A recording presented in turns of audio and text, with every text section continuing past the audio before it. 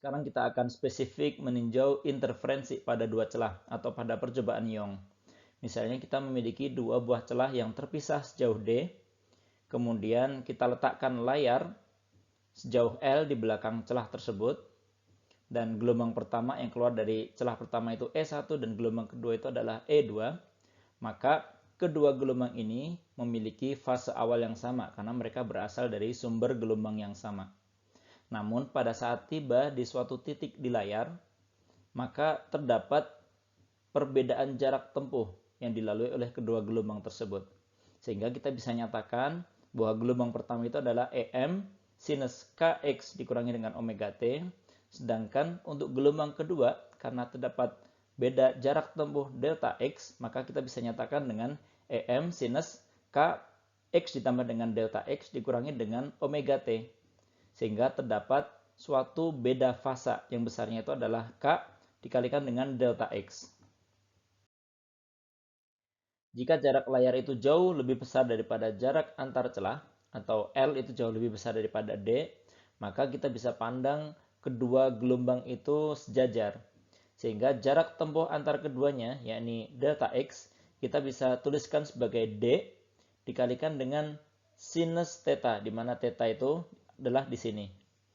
Sehingga di sekitar pusat layar atau pada saat Y, di mana Y ini posisi di layar, itu jauh lebih kecil daripada L, kita akan dapatkan bahwa theta ini sangat kecil. Sehingga sinus theta itu hampir-hampir sama dengan tangan theta, dan itu bisa kita gantikan dengan Y dibagi dengan L.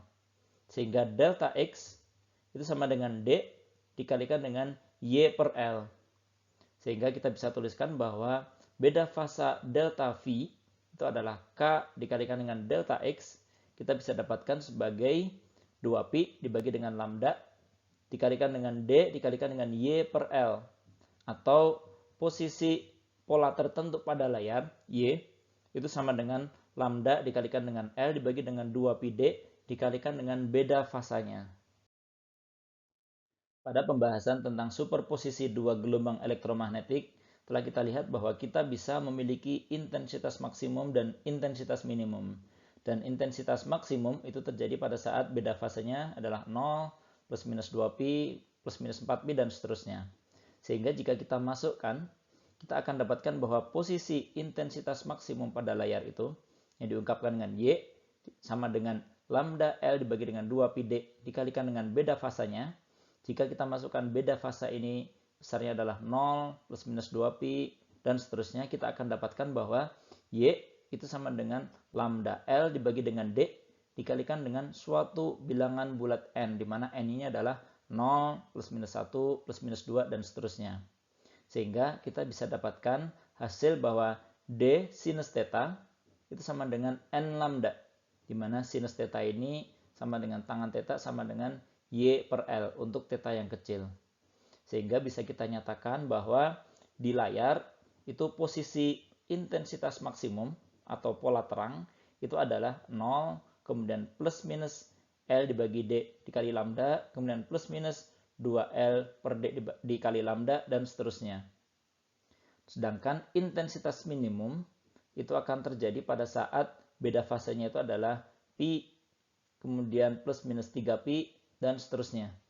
Sehingga jika kita lakukan hal yang sama, kita akan dapatkan bahwa D sinus theta itu sama dengan M lambda, di mana M ini adalah bilangan setengah bulat, yaitu plus minus setengah, plus minus 3 per 2, dan seterusnya. Sehingga kita bisa tuliskan ulang sebagai D sinus theta itu sama dengan N plus setengah lambda, di mana N ini adalah bilangan bulat 0, plus minus 1, dan seterusnya.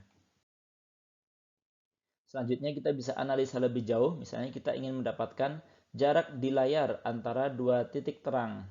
Misalnya antara dua intensitas maksimum berdekatan, Y1 dan Y0, di mana Y0 ini di pusat layar sehingga besarnya adalah 0.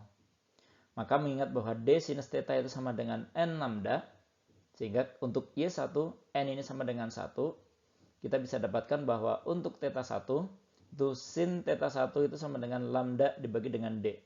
Dan ini sama dengan tangan theta 1 untuk theta 1 yang kecil. Yang besarnya adalah Y1 dibagi dengan L. maka kita bisa dapatkan bahwa Y1 itu adalah L dikalikan dengan lambda dibagi dengan D.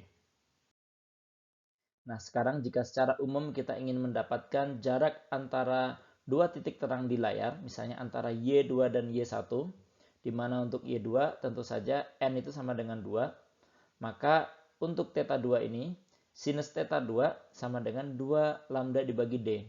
Dan ini sama dengan θ 2, karena θ 2 ini kita anggap sangat kecil, yang besarnya itu adalah Y2 dibagi dengan L. Sehingga Y2 itu adalah 2 L lambda dibagi dengan D. Sehingga Y2 dikurangi dengan Y1 itu sama dengan 2 dikurangi dengan 1 dikalikan dengan L lambda dibagi D. Atau besarnya adalah L lambda per D saja. Sehingga secara umum jarak di layar antara terang ke I dan ke J itu adalah J minus YI, itu adalah J dikurangi dengan I dikalikan dengan L lambda per D. Dan kita bisa ambil kesimpulan bahwa jika D dan θ itu kecil, maka titik-titik terang pada layar itu akan terpisah dengan jarak yang tetap.